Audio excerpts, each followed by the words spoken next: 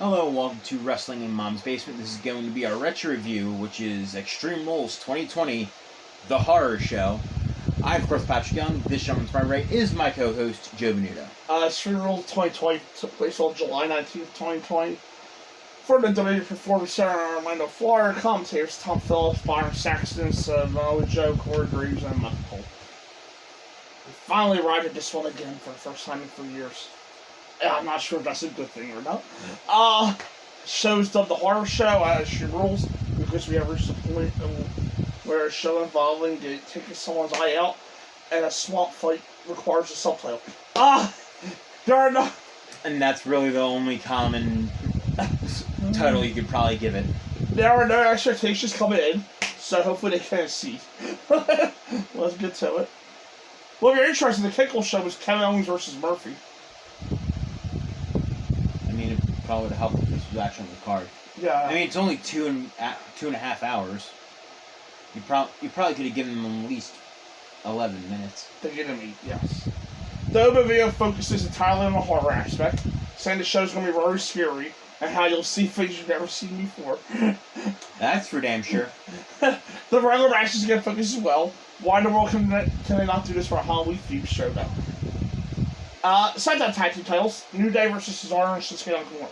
New Day's defending again tables match. There are no tags here, so the Brawl Star New Day getting the better of things.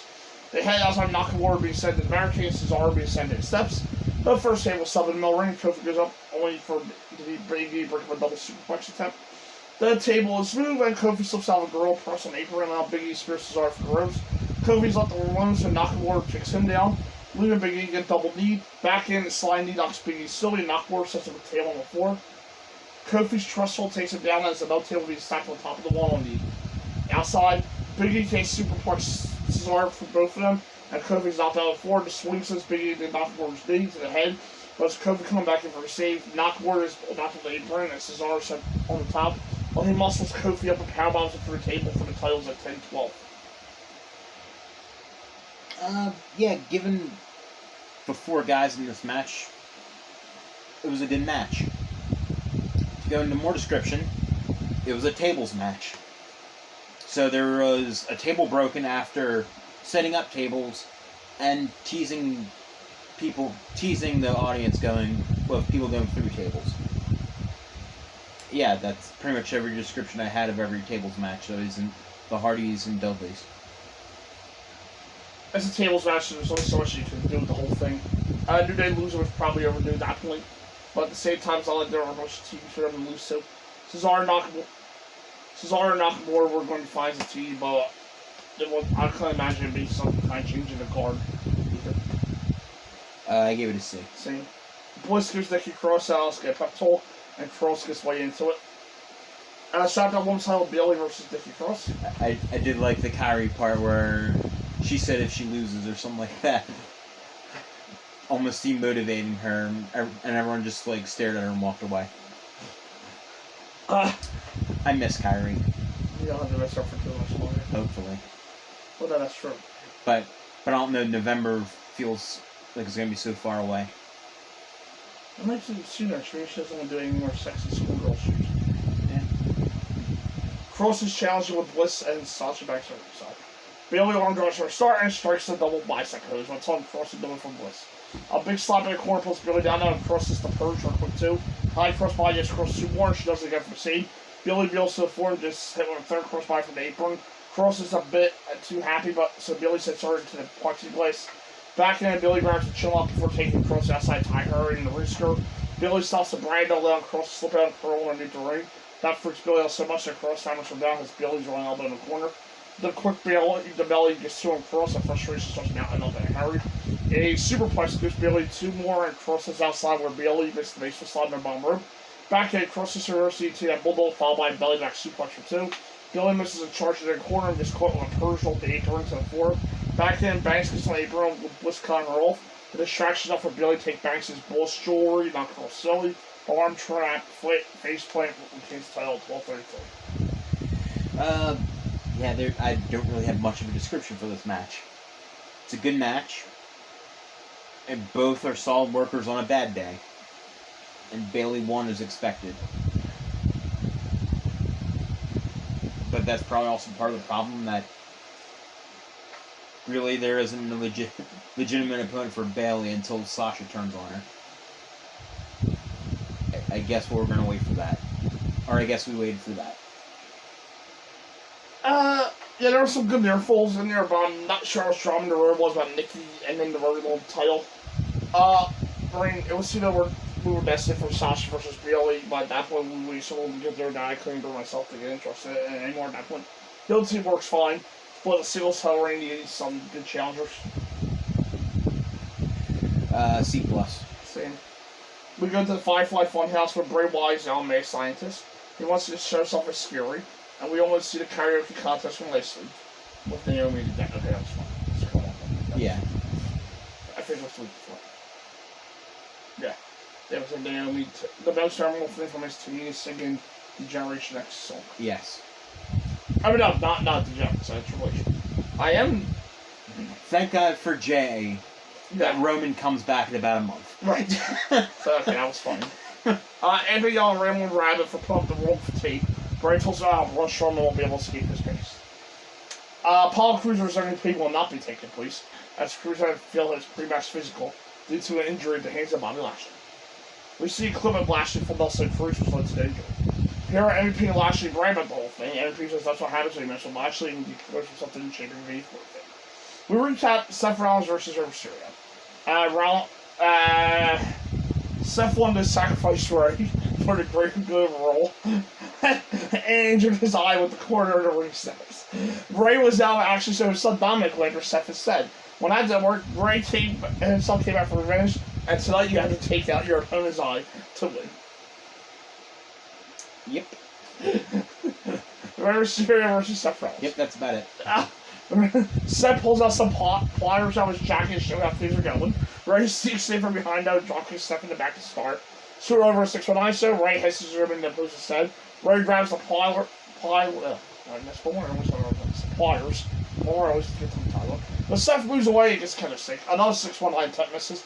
And this time the hisses is found in the Falcon Arrow on the apron. Something close to a low blow as Seth sent him into plexiglass, but he can't put kind of sick into Rey's eye. Seth pins him down with a cheer though and just a thumbnail Rey's eye, but Rey cheers him in the ribs. Seth pulls out a toolbox and finds a metal spike, which can't hit the eye. Rey drops his own sitting in a corner being down stable, but Seth blocks the cheer to the eye. Back up and Seth flushes a kind of stick in the corner, but Rey blocks a whip in the end. Instead of Rey's back like C sent on to an ADT, so he's Seth outside. Rey slides Sunset Bomb into the plexiglass and break up a kind of stick, but he can't get the eye out. I know she feels so stupid to read that out loud. There's a 609 plus Seth on the floor again, and it's Rey with a stomp of his own. Rey drives the eye into the point of steps, and a low blow gets Seth out. Seth hits his own stomp and says Rey did this to himself. Seth drags him over to the steps and drives in the corner, which apparently pops the eye out at 1842. Well, Seth and Rey tried. Their stuff was pretty good. However, this match was never a good idea. Is that put simply? Yes. But let's just get past this and maybe never think of it ever again.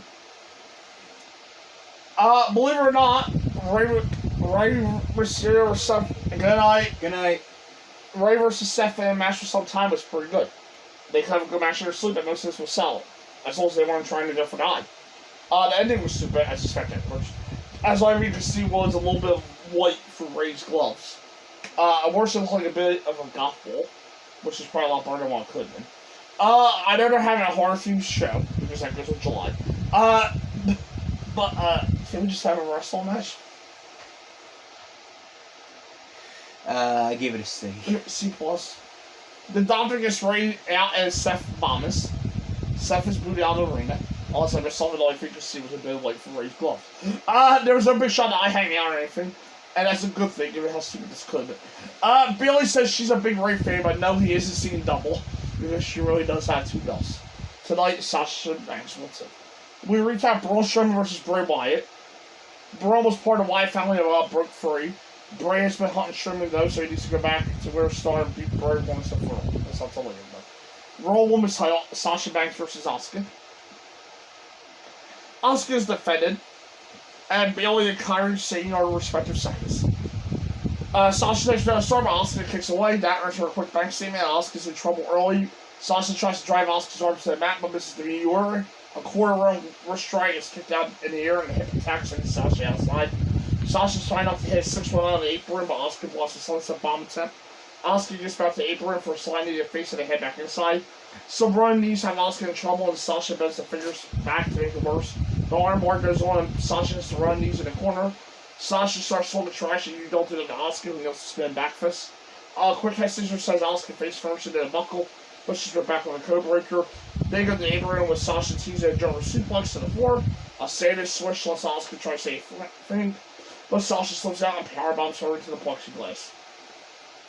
Back in, and the Frostbox gives Sasha 2, followed by the back statement in the middle of the ring. Asuka makes the ropes, and they hit the apron with Sasha getting hit in the face. A German suplex drops Sasha hard, and Asuka kicks away for 2 more. Asuka misses the missile dropkick though, and gets knee in the face against Sasha on near full. Sasha goes on top and has to flip around with German superplex. The run knees to the back of the neck, but Sasha slips off the ropes and comes up favored the knee. They slug out from their knees as Bailey and Kyrie brawl on the floor. Bailey to belly plays Kyrie, and Sasha tries to roll from Asuka. The Asuka lock goes on, but Bailey throws it in title for a distraction, so the referee doesn't see the tap. Asuka lets go, and Sasha grabs the belt, but the referee says no. Instead, Asuka lays out the green mist, which hits the referee. Bailey lays out Asuka and puts the referee's shirt on to count the pin in 1955, and the bell actually rings. Sasha's music plays as she and Bailey leave all the titles, so I guess that's the intro. Yeah, so the wrestling in this match was awesome. What's my best match of the night? Yeah. From that standpoint. But the ending was kind of dog shit. Seriously, how many times have we seen a ref run out to reverse the ending of a match at the bare minimum, or run out because the referee got taken out? I didn't know Bailey could. I didn't know you can automatically become a WWE official by just putting on a T-shirt.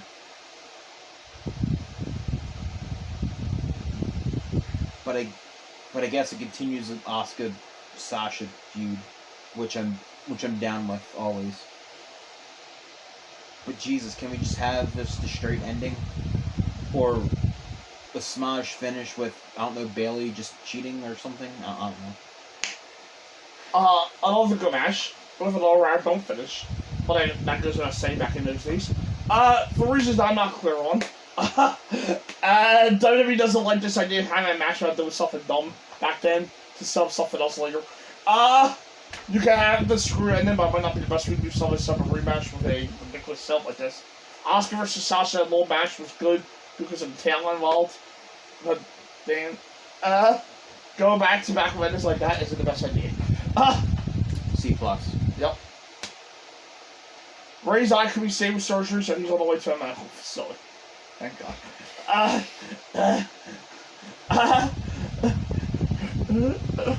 The thing is, though, he sells it for like months.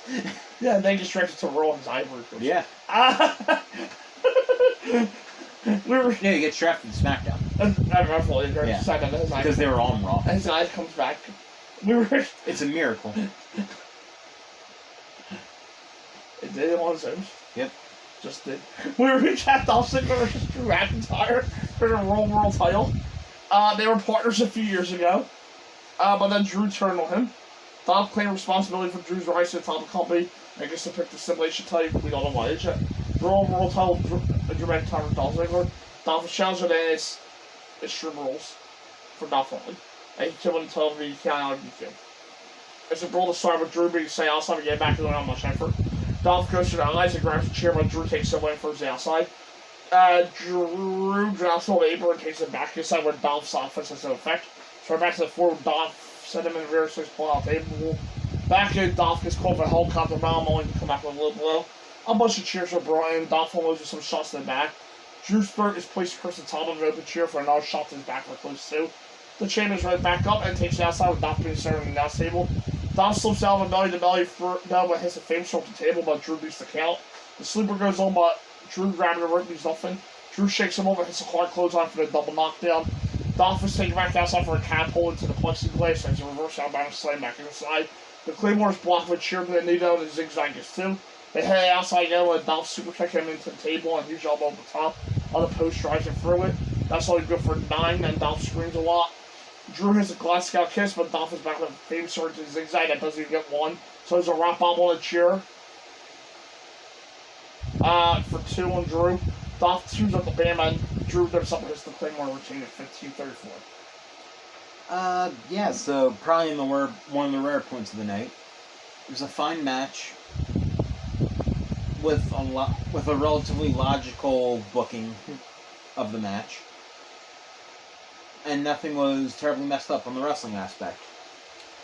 The main problem in this match is Dolph could have legitimately shot Drew with a grenade launcher right between the eyes, and the finish I'd still be 100% sure of would be Claymore 1, 2, 3. I'm not trying to give Vince any ideas, by the way. The simulation made perfect sense here. And that's what let them have a good match. There was a grand total of 0 drama to a title change.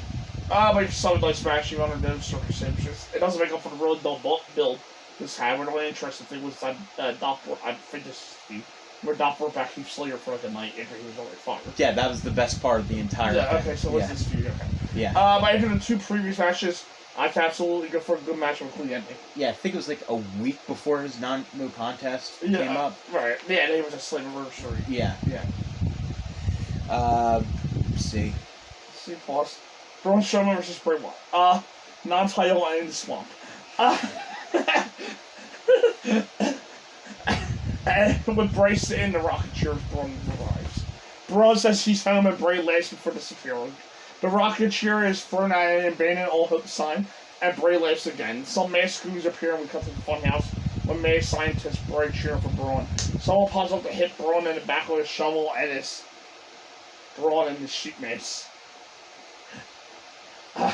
Braun wakes up chained to a chair, and Bray's old music starts playing. He comes home with the lantern and walks up to Braun, welcoming him home. Braun says he hates Bray for everything he's made him do, but Bray says he's already dead. You say that right? Bray's proud of what Braun has done, but his success is temporary. What happens when Braun says 2 minutes are up? Braun can't see where he belongs, and he can't understand that Bray is his enemy. Together they could be like gods, and the people will bow to them. Braun still says no, but Bray talks about how good it feels to have his wings back. To make Braun the monster he needs to be, he has to destroy the monster Braun has become. Bray asks Braun want to see something really scary. 2 unmasked women holding a snake, which bites Braun. Bray tells Braun to come home, and we see shots of the whole Wyatt family. We cut to Braun next to a campfire, where he beats up more dudes. One of them takes a shovel to the face and falls into the fire, sending him running off while in flames. A woman's voice says Braun doesn't need to do this, and it's Bliss. She knows he's always wanted them to be together, and they can be together forever, just like he's always wanted. Bray pops up and goes for eyes again, but Braun throws him into a bat. Braun starts to leave, but a non-empty boat appears. He walks over to it, but Bray pops up and hits him with a shovel, being for trying to drown Braun in the water. Braun comes out of the water and lays on the dock, but Bray appears to swing the shovel at him again. Bray unloads with the handle of the shovel, saying, "Look what Braun has made him do." Braun stays up behind the kick Bray through one barricade into the water. He says it's over, and the copyright notice comes up. But Bray pops up with the man with the claw and pulls him into the water. Bray tries to get out, but falls back in the water. Everything turns red, and the Fiend comes out to end the show. I'm not sure when the match began or ended, but we'll say it was about 18:30. Alright, so I'm not going to give this a rating because it wasn't a match. It's more of an angle that was built up like a match. I'll give it to Bray. He's got a ton of ideas. However, I think that should be more like he becomes a sci-fi author or own his own horror movie production company. He has 1,000 ideas, but only a minority percentage works well in wrestling. As cinematic matches, if you can call it one, this is one of them. The cinematography was good. The ideas were somewhat sound.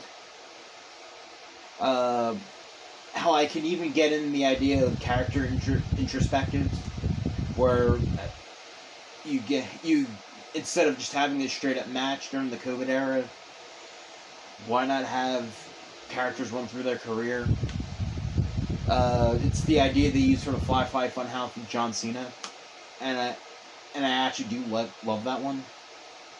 But the problem lies in where that was an introspective of John Cena's career and what could have happened to him. This one was bronze. His character comes with severely less time you've had to like him, and character depth and development for them. So all of that isn't necessarily concrete. Where Cena's is a little bit more fleshed out, and you can have more to it. Essentially, Bliss was added because that's really the only difference he's had besides Bray Wyatt and big strong men, Braun Strowman. There isn't necessarily much there besides the Wyatt family and that stuff. Yeah, it's something to watch, I guess. It was a match instance of words in the ring. What we got said was another cinematic angle, was just on the third part of a trilogy. Not figuring only WWE was begging to see. This is about what was expected as Braun vs. Fiend has been ending since the beginning. This is what we got SummerSlam member being Steve, Universal Title Division. And it's only tribal. It's the also became the only tribal Universal Champion other than Brock Lesnar. And then once Roman loses at WrestleMania 40 next year, the Universal title will be rightfully and thankfully retired. It'll be nothing but a memory. The cinematic stuff is done well.